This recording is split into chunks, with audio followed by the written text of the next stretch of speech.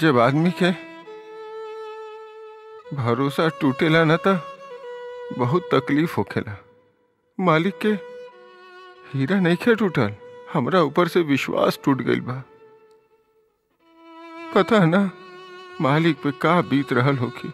हमरा तो चिंता बा कि कहीं हमार गलती के सजा हमार संतों के ना भुगते के पड़े। अब भुगते तो पूरा गांव के पड़ी माधव काका। वो सैंपल समय पर ना गइल तो ऑर्डर बंद। अब कुछ समझ में नहीं के आवत, हमनी सब लोग के घर के खर्चा कैसे चली। अब तक तो लोग सुखी रह, काहे कि मालिक हमनी के काम दे के रखले रहन। बाकी अब लगा था कि धर्मपुर में अकाल की स्थिति हो जाए।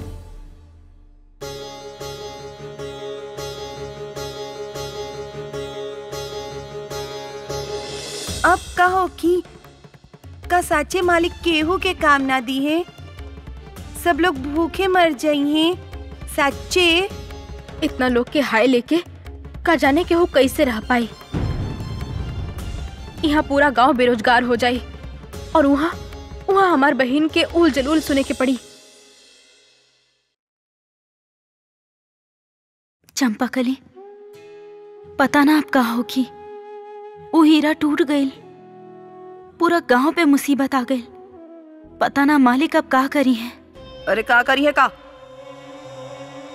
तोर मालिक बड़ा खुश होखी है, अपन गोदी में बैठाई है तोरा के, सुभद्रा के कुर्सी पे बैठा के खाना खियाई है, कोरा कोरा है, कपड़ा दी है, जेवर दी है, बहुते खुश रखी है तोरा के। तोर बुढ़वा तो बहुत बड़ काम कैले बना, ओकरा तो बख्शिश मिली, ओइसे नहीं मिले के चाहिए। अरे हम तो कहतानी कि हितेन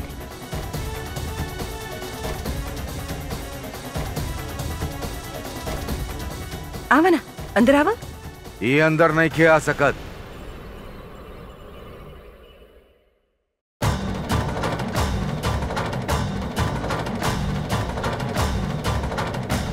जब तक ये अपन दंड भोग न लेवे। हम यहाँ अपन दंड खत्म करवावे ना आइल बानी, बतावे आइल बानी आपके कि ई बार भी आप केहू और के अपराधी समझे के भूल कर रहल बानी।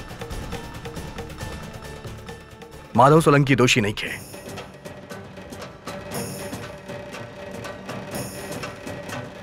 वो हीरा माधव सोलंकी से ना हमरा से टूटल बा।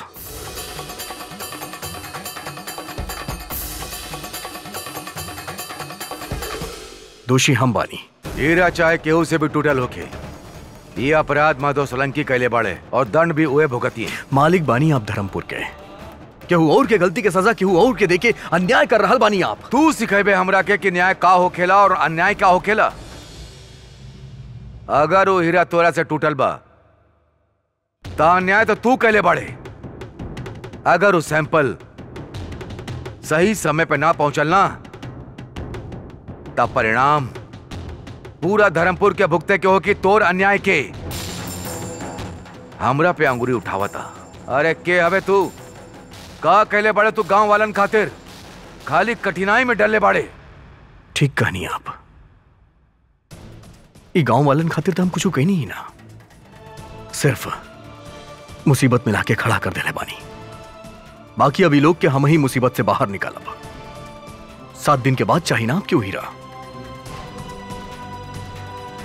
इस 7 दिन में हम कोनो न कोनो हल जरूर निकाल ले। बात तो सच्चा मैया वंशी के तरह करत ताड़े। अब जो और एगो सच्चा मैया वंशी के तरह काम करके दिखावा। अगर 7 दिन में तू कोनो हल ढूंढ ले तब तक ठीक बा। बाकी अगर उस सैंपल ना पहुंचल ना तो हम कारखाना के तालाबंदी से बचा ना पाई। तालाबंदी का मतलब समझ ले तू।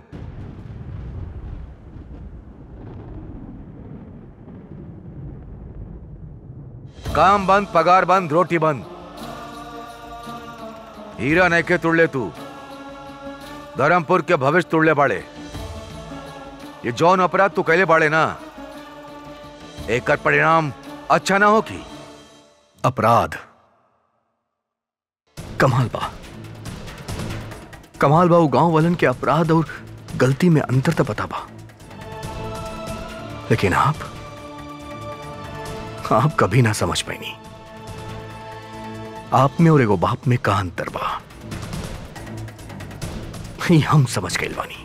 अरे जाए दे समझ गनी का समझ ले तू, समझ ले ना, समझ बे। जब तू बाप बनबे ना तब समझ बे, तब समझ बे कि आज हमार मन में का बीत रहल बा। कितना दुखी बानी हम ही जान के कि हमार बेटा के भूल की वजह से धर्मपुर विनाश के कगार पे आके खड़ा भइल बा। चला खुशी भइले बात के कि तू अपन भूल के स्वीकार कर ले। अपन उत्तरदायित्व, अपन कर्तव्य के आभास बात हो रहा। और रहल बात आप और बाप के अंतर के, सुन ले, हर बाप ई चाहेला कि ओकर संतान जीवन में ऊंचा स्तर कमाए। बाकी अपन बाप के छांव में रह के ना, दुनिया के धूप में चल के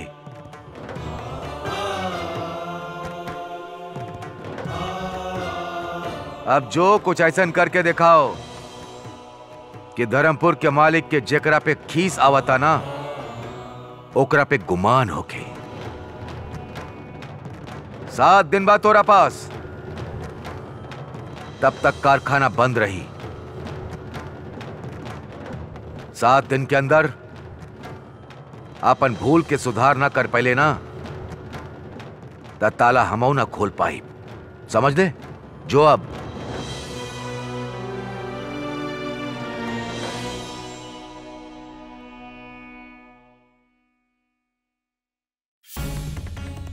मालिक, एमे हितेन भाई के कौनो दोष नहीं है। नाना जी के तबीयत खराब रहे, ऐसे हम नाना जी के सुझाव देनी कि हितेन भाई हीरा तराशी में उनकर मदद करिए। भूल चाहे केहू के भी होखे, तोर या तोर नाना के चाहे हितेन के, बाकी वो भूल के परिणाम जौन होखी ना, पूरा धर्मपुर के भोगे के पड़ी। ओकरा जेकरा से भूल भइल बा और ओकरो जेकरा से भूल नहीं के भइल। और अगर ऐसा भइल ना, त जेकरा कारण नहीं भइल बा ना, वो एक घर में नहीं के रह सकत। समझ गए ना तू?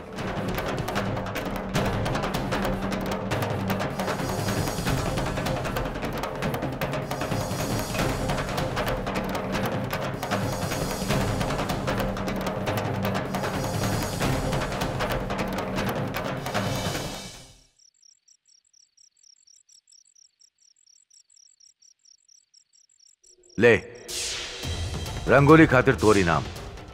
चंपाकली, हम बहुते खुश बानी। मालिक रंगोली के तारीफ कैले। बोल चाहे केहू के भी होखे, तोर या तोर नाना के चाहे हितेन के, बाकी वो भूल के परिणाम जौन होखी ना, पूरा धर्मपुर के भोगे के पड़ी। ले आंसू पोंछ। सांझ के समय घर के आंगन में बैठ के रोल अपशकुन हो खेला।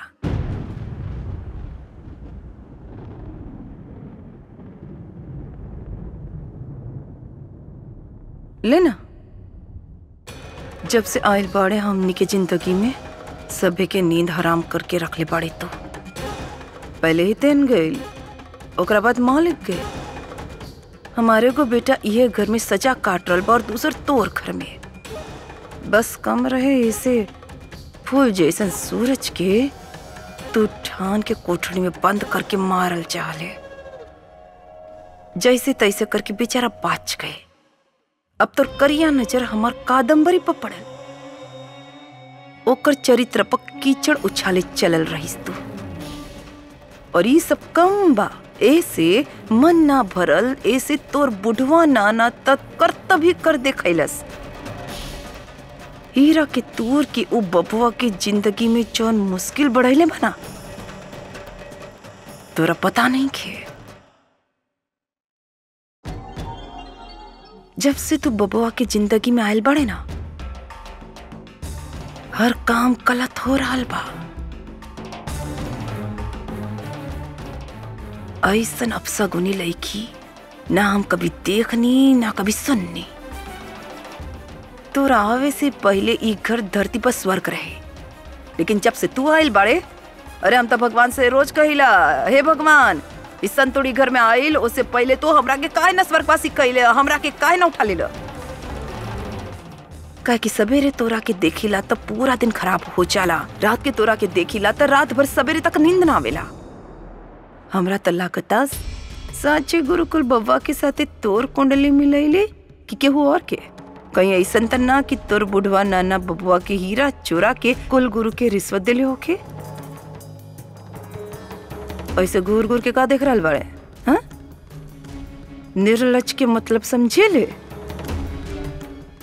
निर्लज ओकरा के कहल जाला जेकरा लाज ना होखे, शर्म ना होखे, आंख में हया ना होखे। समझ रहल बाड़े न? इसे आगे ना बता पाइब काहे कि अब हमरा शर्म आ रहल बा। ले पोछ पोछ पोछ, ले पोछ।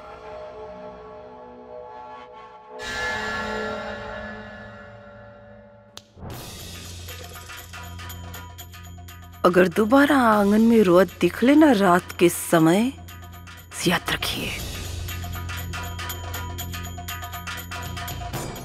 तू हमार भाई की जिंदगी खराब कर देले। पता ना अब हमार भाई का करी।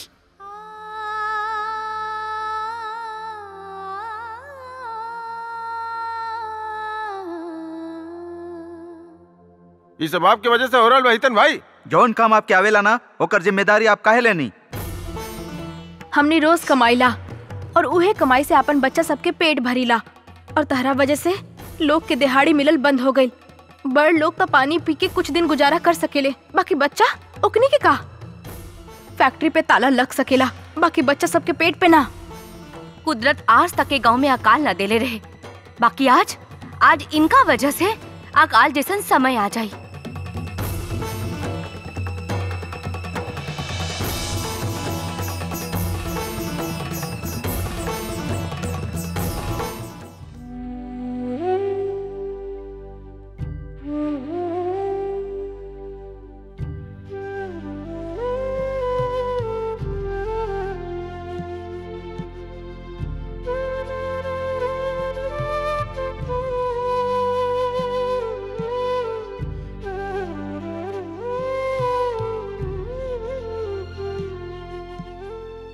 का भेल? काहे रो रहल बाड़ा? घर की याद आ रहल बा? घर के याद नहीं किया रहा, बस ये सोच के रोए आवत बा। कबो ना बुला पाइब कि गांव के उजड़े के कारण हम बानी। हम तो यहां अपन सजा काटे आयल बानी, बाकी हमरा कारण पूरा गांव के सब घर के सजा मिल रहा बा।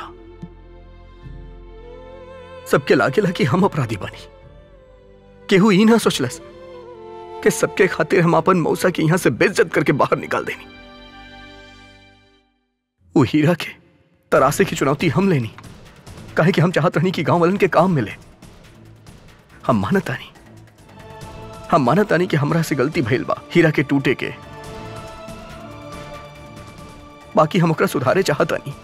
यही खातिर गए रहनी हम धर्मपुर के मालिक के पास अपन गलती माने। सोच के गए रहनी कि उनका समझा ले, और 6 दिन में गांव वालन और तोहार नाना जी के साथे मिलके ई मुश्किल के कोनो न कोनो हल निकाल ले। लेकिन केकरा साथे मिलके रास्ता निकाली? सबके यह लागेला कि हम गलत बानी। ई गांव और गांव वालन के भविष्य हम बर्बाद कैले बानी। नाना जी कहेले मर्द के कभी रोए की ना चाहिए। तू रो मत, सब कुछ ठीक हो जाई।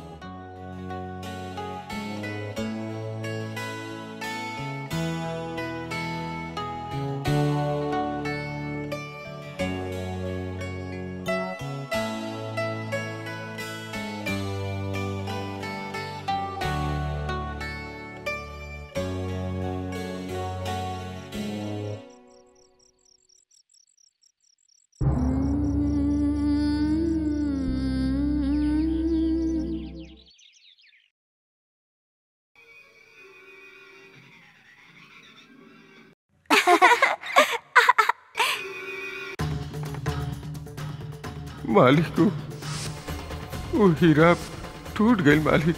का कल रहनी आप कि पूरा दुनिया पे हमार नजर रहेला भाई, और हमार 7 कंट्री के ऑर्डर छीन के आपके मिल जाई। अब आपन सोची साड़ू भाई, आपके पास से चाइना और जापान के ऑर्डर हमरा मिल जाए।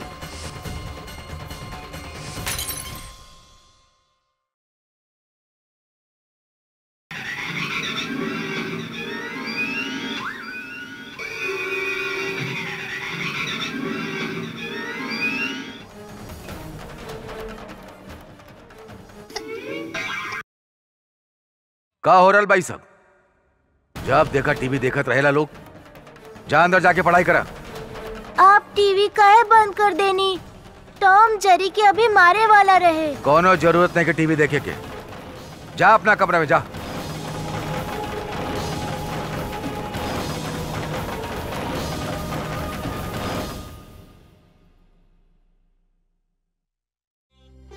का भइल सूरज बाबू? हमार टॉम जेरी के मारे ही वाला रहे कि पापा टीवी बंद कर देले। उ कैसे मरलस? अब हम कैसे देखब? सूरज बाबू, आपके पता बा ना मालिक के मन ठीक नहीं खे? संतो तारा पता बा, सब हमरा पता बा। तारू बा बोले रही कि सब तारा वजह से हो रहल बा। तू ही हितेन भाई के बोले रहू ना हीरा तराशे खातिर, और हीरा टूट गई।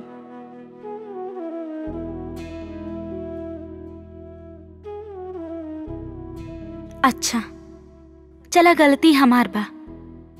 बाकी का तू हमार गलती सुधारे में हमार मदद करबा? हाँ करब।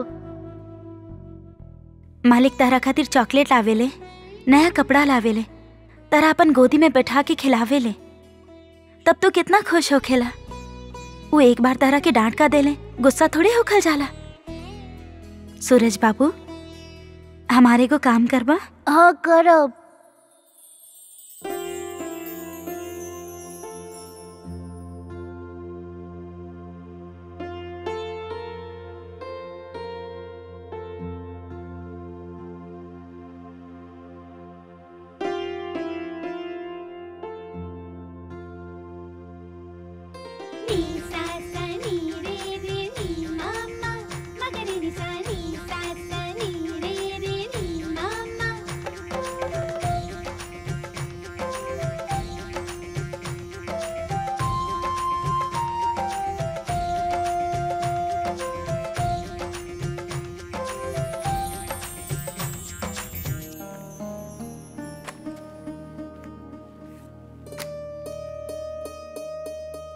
ये का करल बड़ा तू?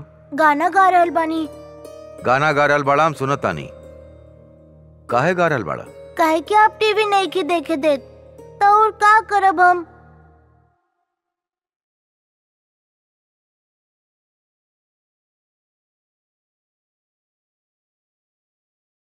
यहाँ